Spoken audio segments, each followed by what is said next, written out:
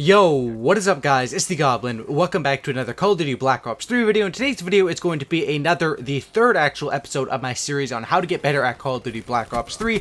Basically what this series is I answer your guys' questions that you guys leave in the comment section down below. It can be any sort of question to do with Black Ops 3. I do my best to answer them, to give you guys advice and give you guys the best tips in all of Black Ops 3. And so far you guys have been loving this series. Like the last few episodes, I've been getting so many comments and so many likes. So I'd appreciate if we could keep that up and smash over like 2,000 or 3,000 likes on this thing. I know it's gonna be a late night upload, so if you guys are watching this when it first comes out, smash up a like, man, and also feel free to leave in the comment section anything, and I might be able to answer that in my next episode. So let's get right into it, and let's go with the first question we have from Nate here. And Nate says, how do you die less? Everyone gets around 15 deaths, and I'm getting like 23. So the first thing I want to say, Nate, is it doesn't really matter the amount of deaths that you're getting in Call of Duty. That truly doesn't matter except in a game mode like Team Deathmatch or maybe even Kill Confirm. Those are the game modes where giving the enemy's deaths is actually going to cause you to lose the game. If you're playing domination and you get 50 kills and 50 deaths, that's still a pretty solid game. You know, if you probably play the objective, you probably got a bunch of score. And this is what I mean by you really don't want to focus on the deaths.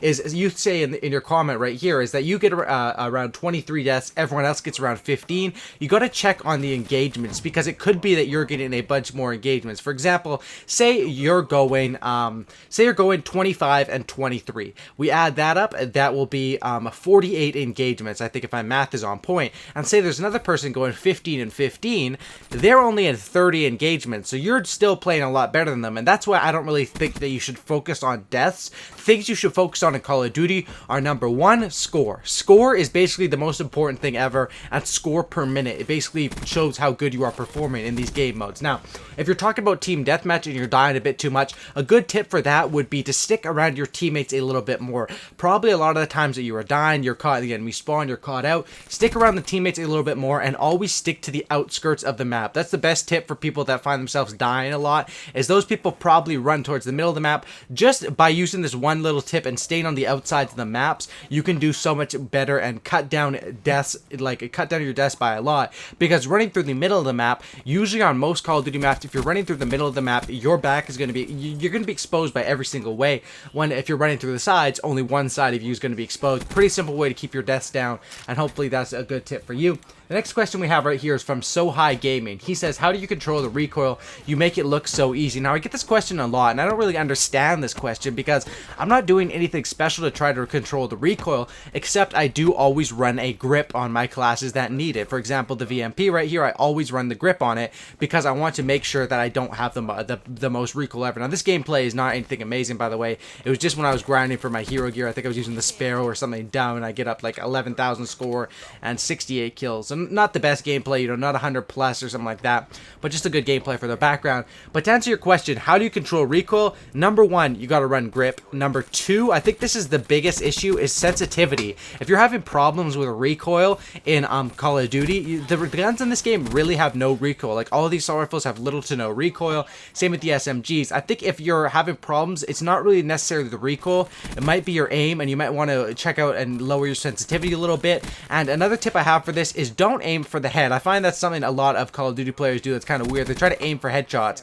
The only reason you should be doing that is if you're using like a Shiva high caliber, pretty much anything with high caliber, or if they're on a Hegless, you should be aiming for the head. But if you're straight up in a 1v1 gunfight, always aim for the center of the body, because one thing that the problem you can have with the recoil is when someone shoots you as you're shooting the enemy, your gun's going to kick up and the recoil is going to come into effect a lot. And if you're aiming right at the chest, that recoil is not going to bug you because it's just going to kick you up a little bit up or a little bit down or a little bit to the right. If you're in the center of your target, that's where you should be aiming for the kill. You're not going to get in trouble there. But if you're aiming at the head or the shoulder or something, the recoil can sort of mess you up. So hopefully those tips help you guys. I know I get this question a lot, and if you guys want to, refine the question, but I think that it's not really the recoil in the game. It's more of the flinch and the sensitivity that becomes issues. But hopefully that'll help you out right there.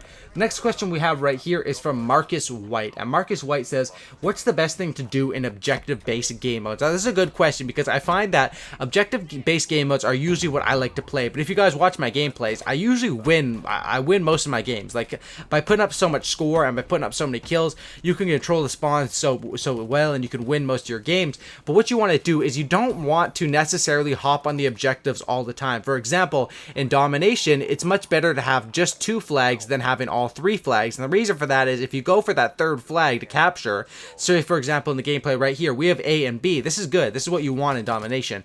If you go for that C flag and we capture that, the enemies are just going to spawn out and get a free capture at A, if not kill us all and take B anyway. So it's best just to hold 2 flags in domination. And for any objective based game mode, I think the best thing to do is sort of use the objective, play the objective, but don't play it blindly. And I find that a lot of people, they'll just run to B dom, run to B dom, run to B dom, and I'll just be there posted up with my M8 on a head glitch, boom, boom, boom, picking up free kills, which eventually kills in Call of Duty always lead to score streaks. And once you get kill streaks up in the air, the enemy is going to have a very hard time getting B. So for your question, Marcus, what's the best thing to do in objective-based game modes? You want to play the objective, but you want to play it smartly. You don't want to push B dom by yourself in a 1v5. You want to push it once you slay out a few of the enemies, and it's a 3v3 for the flag. And you want to, if you're going to be a player that plays the objective heavy, definitely run Flak Jacket and Tac Mask. Those are very essential perks, and they do very well. Definitely be sure to run those. They will help you with your objective play. The next question we have here is from Freezing Diamonds.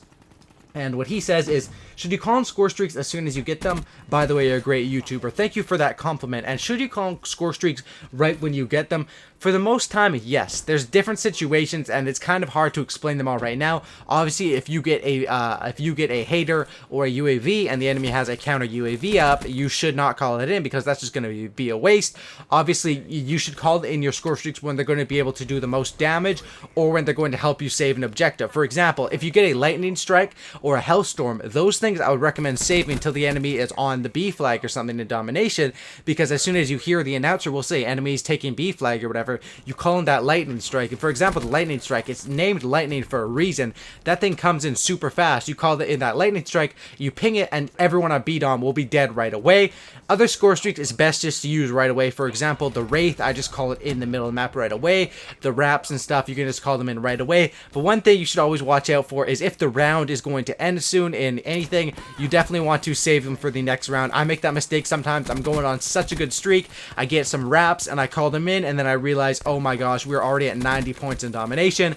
I completely wasted my Wraps. But basically, that one is all situational. Hopefully that helps you understand that question. And hopefully that answers it a little bit is what I mean to say. The next one we have here is from Retag or Redag. I don't know how to say your name, man. Sorry about that. But what he says is, I'm always dying off my streaks. How can I get my score streaks faster without dying? Now, basically, what I'd have to say to you, how can you get your score streaks faster without dying? There's a few things. First of all, there is the anti-up perk, which the anti-up perk is in Black Ops 3. And the anti-up perk is kind of trash, to be honest. What the anti-up perk is it's basically like Hardline from other Call of Duties. And Hardline would always help you get your score streaks better or faster, but what this anti-up perk does is it gives you 150 points towards your score streak. Now, this can be a very good thing to run if you're only running score streaks that are UAV, counter UAV, and lightning strike. But if you're running anything that's a really big score streak, like a Wraith or Wraps or something like that, or a hater, it doesn't really matter. 150 points is really not that big of a deal, and that definitely is not worth running for anti-up. So if you're going for lower streaks, I definitely recommend that. But the easiest way to get your score streaks faster is one, run Combat Focus. Combat Focus is basically a specialist ability that when you call it in, it allows you to get around double the points towards your score streaks for everything. So say I pop Combat Focus, I get 3 kills on a flag. That's going to be worth like what 6 kills on a flag would be worth without Combat Focus, and I'm going to have my big streaks right away. The other way to get your score streaks faster is to play around the objectives or the flags. Killing people on a flag is worth more. When you're standing on the flag, capping it, it's worth more. And whenever there's a free objective thing, like whenever there's a flag, like for example, say that the enemy's a flip spawns, they're spawned at C now and you're spawned at A, that's pretty much a free flag capture. You might as well just take that because that's going to be 200 points towards your streaks. And the best game mode for getting streaks really easily is Kill Confirm. Now, I don't know what it is with what's with Kill Confirm in Call of Duty or in Treyarch games, but in Kill Confirm, for some reason, they think a kill is only worth 50 points, yet picking up a tag is worth 100 points. So basically, that game mode, you can run around, get a few kills, but make sure you collect every single tag, especially collecting tags while having combat focus up or anti up, and you're going to be getting your score streak super fast without dying. Basically, to help you out with that is play normal, and then when you realize you're 1 or 2 off of your score streaks, play back a little bit and make sure that you get your streaks. You know, you want to play it a bit more safe and make sure you're going to get your streaks. Now, the next question we have here is from Omar is Bay. He says, what's your #1 advice while playing SMD? Or why did I say SMD? I said SND. Basically, my #1 tip for SND is run Blast Suppressor. Please run that, man. So many people in SND don't run Blast Suppressor, or especially run Blast Suppressor and Dead Silence, because a lot of people playing SND will be able to hear you if you don't have Dead Silence on, and even if they don't have a headset, they can still hear you through their iPod headphones or whatever they're using to listen to the game sound.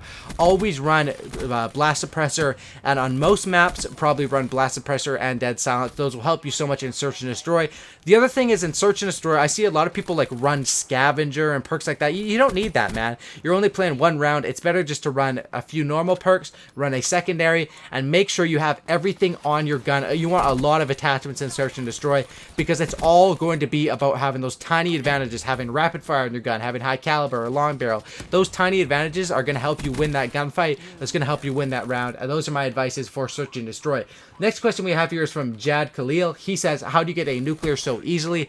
Well, Jad, the best way to get a nuclear is it takes a lot of practice. You can't just be a 1 KD player, go out there and say, okay, this game I'm going to get 30 kills in a row with my gun. And what I suggest to build up to that is try going for example, say you get on a lot of 5-gun streaks, you get a lot of bloodthirsties, try going for some mercilesses, for some 10-gun streaks, and once you can do those pretty consistently, try going for 15s, try going for 20s, 25s, and eventually the nuclear. You have to work your way up, and you have to play it smart. Getting a nuclear is not something that you could just hop on. Even me, I can't just hop on there. I'm a pretty strong player. I've been playing Call of Duty for years. I can't hop on and say I'm going to get a nuclear this game. I can give it a good shot at it, and usually if I play and try my best, I get a nuclear within probably an hour of playing if I'm really try-harding. But how do you get a nuclear so easily is basically focus on your gun skill, improving your gun skill, and, you know, take it by levels. 10 kills, 15 kills, 20 kills, stuff like that. Next question we have here is from OG Tropics. He says, my palms always get sweaty when I'm playing. I don't have grip on my controller, causing me to lose gunfights. How do I prevent this?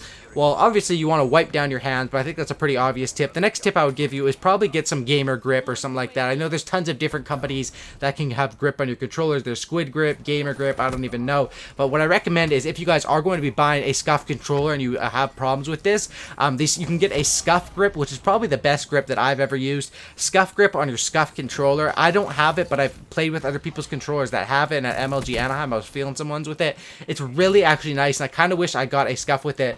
The scuff grip is very nice. Anyway, I hope you guys did enjoy this video. If you guys made it to the end of the video, drop a like. Please drop a like on this thing. That would be absolutely awesome.